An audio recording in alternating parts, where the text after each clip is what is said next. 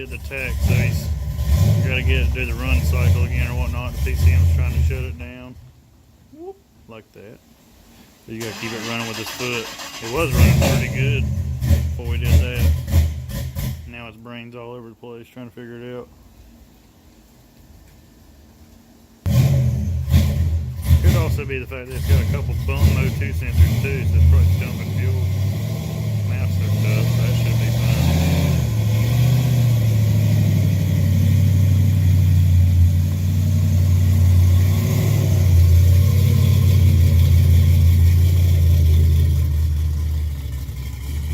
Gonna go running down the road before he puts it on a trailer, takes it to Nigel to get it tuned. Then I'll be ready to go out and terrorize the streets on it and get some enjoyment out of the truck.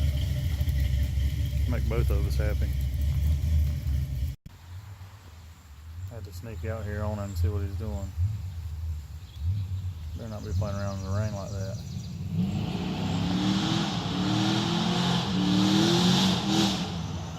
Yeah, he is.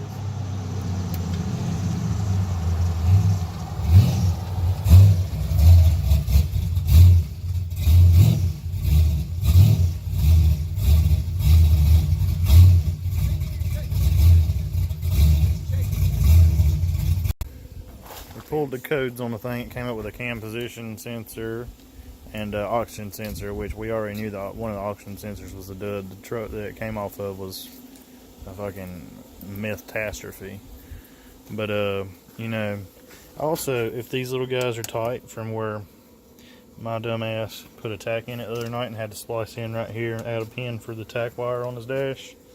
Apparently me or him, probably him, but didn't tighten that back up, so it was sitting there just loose as can be. So that was probably what the whole problem was. We're giving the battery a little juice and we'll see what happens. Mucho bettero.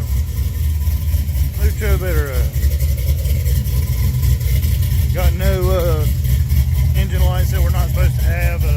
Just a couple transmission control lights that didn't get turned off on the tuning. But that's what she's going to the man with the plan tomorrow for. Excited about this. We're in the ton bed now. Turns out that PCM plug is pretty important, huh?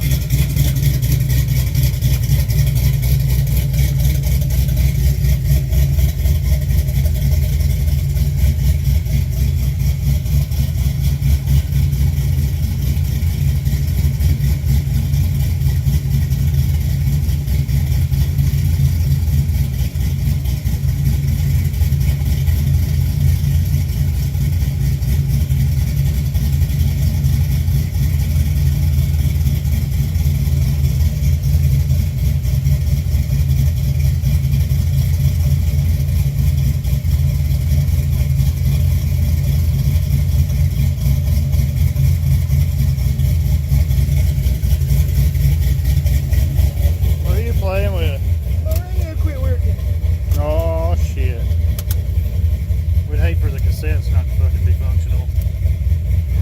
Oh, there you go. Oh, there we go. Now we can listen to them Elvis and Clint Black. Some Like the Rain. Alright, me and Cody snatched the little ABS box and all of them little ABS proportion valve and stuff. This is a cluster being that little truck in an 89 model too. But go to O'Reilly's and find some fittings to go in between the actual brake lines from the master cylinder right here down to the line lock, and some fittings to adapt to the 1/8 inch national pipe thread. So I'm sure I'll go a couple times to the parts store back and forth. That's how these things go.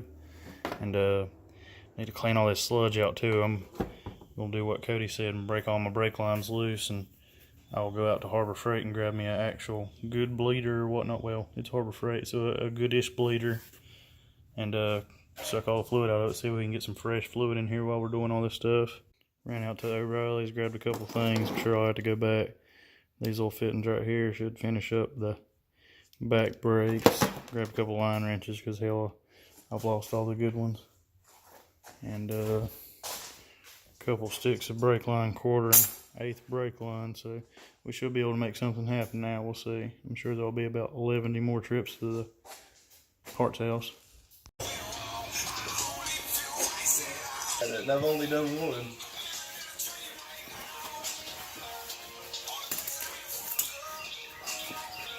Is it on time lapse or is it actually recording me? What you're saying right now. That's terrible. Okay, I can edit it, but I'm not going to. That takes too much time. What you doing? Cussing brake line. Brake lines. YouTube, don't censor me. This music's in the background. I do not own rights to this music. I'm not sure if the fellas playing that last year. The court set on his rights.